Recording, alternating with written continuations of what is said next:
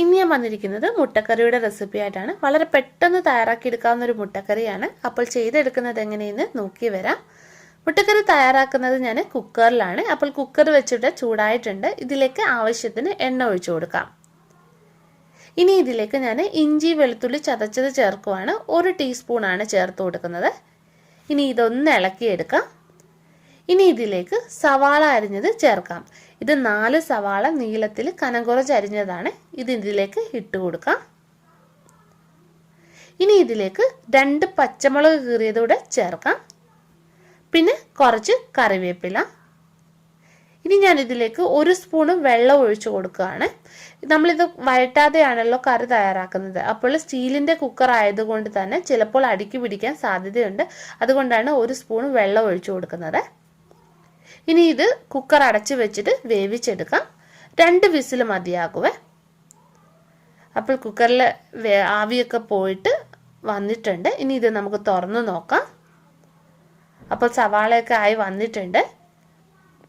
ഈ കളറ് വന്നതെന്ന് വെച്ചാൽ നമ്മൾ ഇഞ്ചി വെളുത്തുള്ളി ലൈറ്റ് ബ്രൗൺ നിറം ആകുന്നത് വരെ വഴറ്റിയല്ലോ, അതുകൊണ്ടാണ് ഈ കളറ് വന്നത്. ഇനി ഇതിൻ്റെ ഫ്ലെയിം ഓൺ ആക്കിയിട്ട് ഇതിലെ വെള്ളമൊക്കെ ഒന്ന് വറ്റിച്ചെടുക്കാം. ഇനി ഇതിലേക്ക് 1 തക്കാളിക്ക് അരിഞ്ഞത് ചേർത്ത് കൊടുക്കാം. ഇനി ഈ തക്കാളി നല്ലോണം ഒന്ന് വെന്ത് ഉടഞ്ഞു വരട്ടെ. ആ സമയം കൊണ്ട് നമുക്ക് മുട്ടക്കറിക്ക് വേണ്ട പൊടികളൊന്ന് മൂപ്പിച്ചെടുക്കാം. ഞാനിപ്പോൾ ഗ്യാസ് ഓൺ ചെയ്തിട്ടില്ല. പാത്രം വെച്ചിട്ട് ഇതിലേക്ക് 1/4 ടീസ്പൂൺ മഞ്ഞൾപ്പൊടി ചേർക്കാം. പിന്നെ 1/4 ടീസ്പൂൺ കുരുമുളക് പൊടി. പിന്നെ 2 ടീസ്പൂൺ മുളക് പൊടി ചേർക്കുവാണ്. മുളക് പൊടിയൊക്കെ നിങ്ങളുടെ എരിവിനനുസരിച്ചിട്ട് വേണം ചേർത്ത് കൊടുക്കാൻ. കാരണം നമ്മളിതിൽ പച്ചമുളക് ചേർത്തിട്ടുണ്ട്, കൂടാതെ കുരുമുളക് പൊടിയും ചേർത്തിട്ടുണ്ട്. പിന്നെ 1 ടീസ്പൂൺ നിറച്ച് മല്ലിപ്പൊടി ചേർക്കാം. പിന്നെ 1/2 ടീസ്പൂൺ പെരിഞ്ജീരകത്തിൻ്റെ പൊടി. പിന്നെ 1/4 ടീസ്പൂൺ ഗരം മസാലയും കൂടെ ചേർക്കുകയാണ്.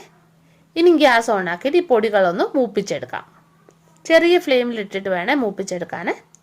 അപ്പോൾ പൊടികൾ മൂത്ത് വന്നിട്ടുണ്ട്. ഇനി ഇത് നമുക്ക് ഇതിലേക്ക് ചേർത്ത് കൊടുക്കാം. ഇനി നല്ലോണം ഒന്ന് ഇളക്കി കൊടുക്കാം. ഇനി ഗ്രേവിക്ക് ആവശ്യമായിട്ടുള്ള വെള്ളം ഒഴിക്കാം. നിങ്ങൾക്ക് എത്ര ഗ്രേവി വേണോ അതിനനുസരിച്ചിട്ടുള്ള വെള്ളം ഒഴിച്ചു കൊടുക്കാം. പിന്നെ ആവശ്യത്തിന് ഉപ്പും കൂടെ ചേർത്ത് കൊടുക്കാം. അപ്പോൾ ഗ്രേവി നല്ലോണം തിളച്ച് വന്നിട്ടുണ്ട്. ഒരു 5 മിനിറ്റോടെ നല്ലോണം തിളച്ച് വന്നിട്ടുണ്ട്. ഈ സമയത്ത് നമുക്ക് മുട്ട വരഞ്ഞത് ചേർക്കാം. 4 മുട്ടയാണ് എടുത്തിരിക്കുന്നത്. ഇനി ഇതൊന്ന് ഇളക്കി കൊടുക്കാം. അപ്പോൾ നല്ലോണം തിള വന്നിട്ടുണ്ട്. ഇനി ഇതിലേക്ക് നമുക്ക് തേങ്ങാപ്പാൽ ഒഴിച്ചു കൊടുക്കാം. ഇത് 1/2 മുറി തേങ്ങയുടെ പാലാണ് എടുത്തിരിക്കുന്നത്. അപ്പോൾ ചെറുതായിട്ടൊരു തിള വരുന്നുണ്ട്. നമുക്ക് ഇതിൻ്റെ ഫ്ലെയിം ഓഫ് ചെയ്യാം. തേങ്ങാപ്പാൽ ഒഴിച്ചതിന് ശേഷം ഒരുപാട് തിളപ്പിക്കരുത്. അപ്പോൾ മുട്ടക്കറി തയ്യാറാക്കി എടുത്തിട്ടുണ്ട്. നിങ്ങൾ ഇതുപോലെ ഒന്ന് ചെയ്ത് നോക്കുക. ഇനി ഇത് ഇരിക്കും തോറും നല്ലോണം ഒന്ന് കുറുകി കിട്ടുവേ.